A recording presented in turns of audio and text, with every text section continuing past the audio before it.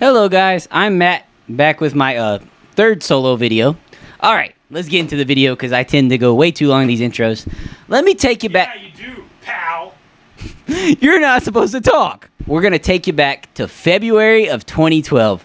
Why the hell am I taking you back to 2012? No, not because people thought it was going to be the end of the world. So up to this point, if you're my age, all you heard was the mythos of New York basketball. You heard about the 70s, you heard about the Patrick Ewing era, but we really didn't get to see it.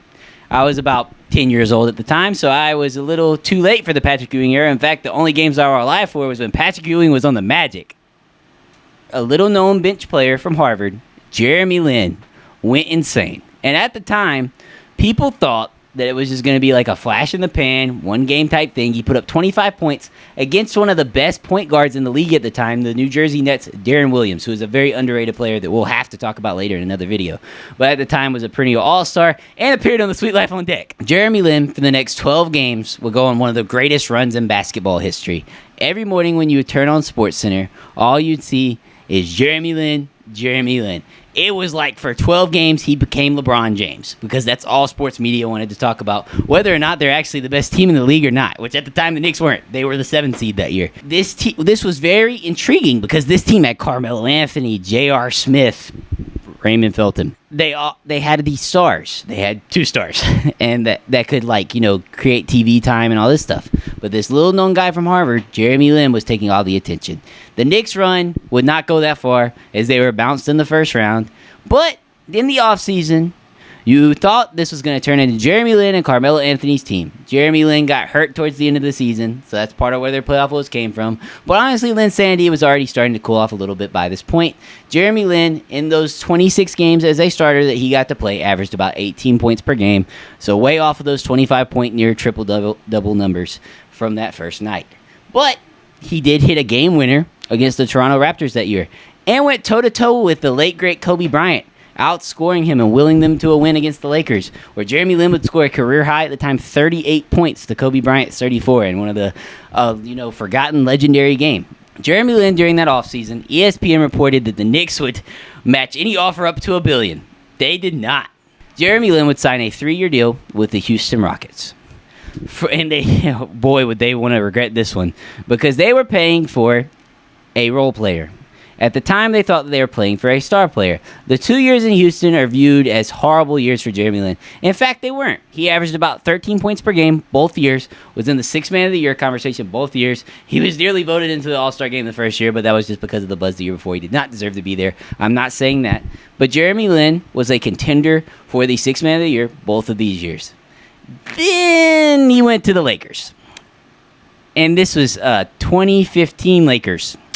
And if you know anything about this 2015 Lakers team, 2016 Lakers team, this era of team, where Jordan Hill was the 3rd best player on the team, well, they're most known for a clip on Jimmy Kimmel Live. Yeah, I know we're talking about Jimmy Kimmel here, kind of scary. But where Kobe Bryant would just look in disgust as Nick Young and Jordan Hill celebrate a win after the Lakers had lost 15 to 20 straight games. I don't remember the exact number.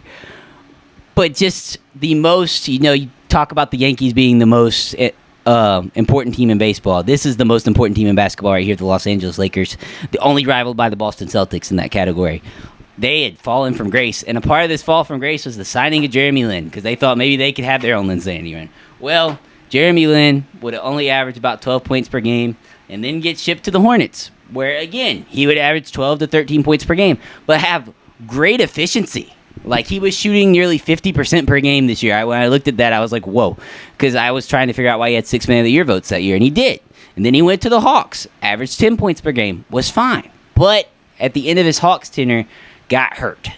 And when you're a role player and you get hurt in the NBA, it's kind of a death sentence. Then he went to Toronto, got a championship ring, which is great for him. Then he went through the roughest portion of his life, which he will tell you. No team wanted him. And you're kind of wondering here, if I didn't tell you the name of this player, I said it was Jordan Farmar or something to average these numbers, you'd be like, yeah, he deserves a roster spot. But because of the name that was attached to it, Jeremy Lin, and the Linsanity era, Jeremy Lin was never signed to the NBA again. In fact, the closest he got was a G League contract with the Santa Cruz Warriors in 2021. He now plays in the P League. What the hell is the P League? No one knows. Maybe ask Diddy. Jeremy Lin did deserve better.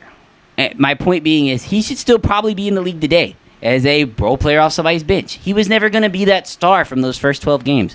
That was unrealistic on a kid out of Harvard who barely scraped around in the NBA for his first couple years, riding the Warriors bench in their G League team. He wasn't even expected to play. It took Raymond Felton getting hurt. And when Raymond Felton has to get hurt in order for you to get play time, you're not expected to do much. But because of what he did on that fateful day against the New Jersey Nets, and then a couple weeks later against the Los Angeles Lakers, everybody thought that he was going to be Carmelo Anthony's running mate. And then when he went to the Rockets, everybody thought he was going to be James Harden's running mate.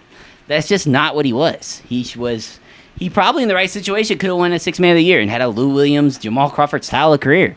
But nobody ever really gave him that opportunity because they were too busy trying to force him to be a star player. Because of Jeremy Lin, in those 12 games, we always refer to an athlete going on that kind of run as a Linsanity run. Like, he's got his own kind of word. It should be in the dictionary at this point because that's what we call it.